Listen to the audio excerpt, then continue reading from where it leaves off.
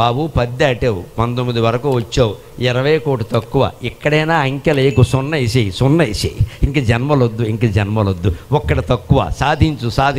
9లో సాధించలేకపోయావు, 19లోనైనా సాధించు. 19 జన్మల తర్వాత మళ్ళీ 20, 21, 22 వేసుకుంటూ జన్మలు ఎత్తామనుకో, మళ్ళీ భగవంతుడు ఎక్కడ గుర్తు చేస్తున్నాడు? 29 దగ్గర 30 వస్తుంది, మళ్ళీ 0 వస్తుంది. 0 దగ్గర ఆపేయి, 3 వేసావంటే మళ్ళీ 40 వరకు పోతావు. ఎందుకు వచ్చిన జన్మలు ఇవి? వేసేయి, ఒకటి తక్కువ.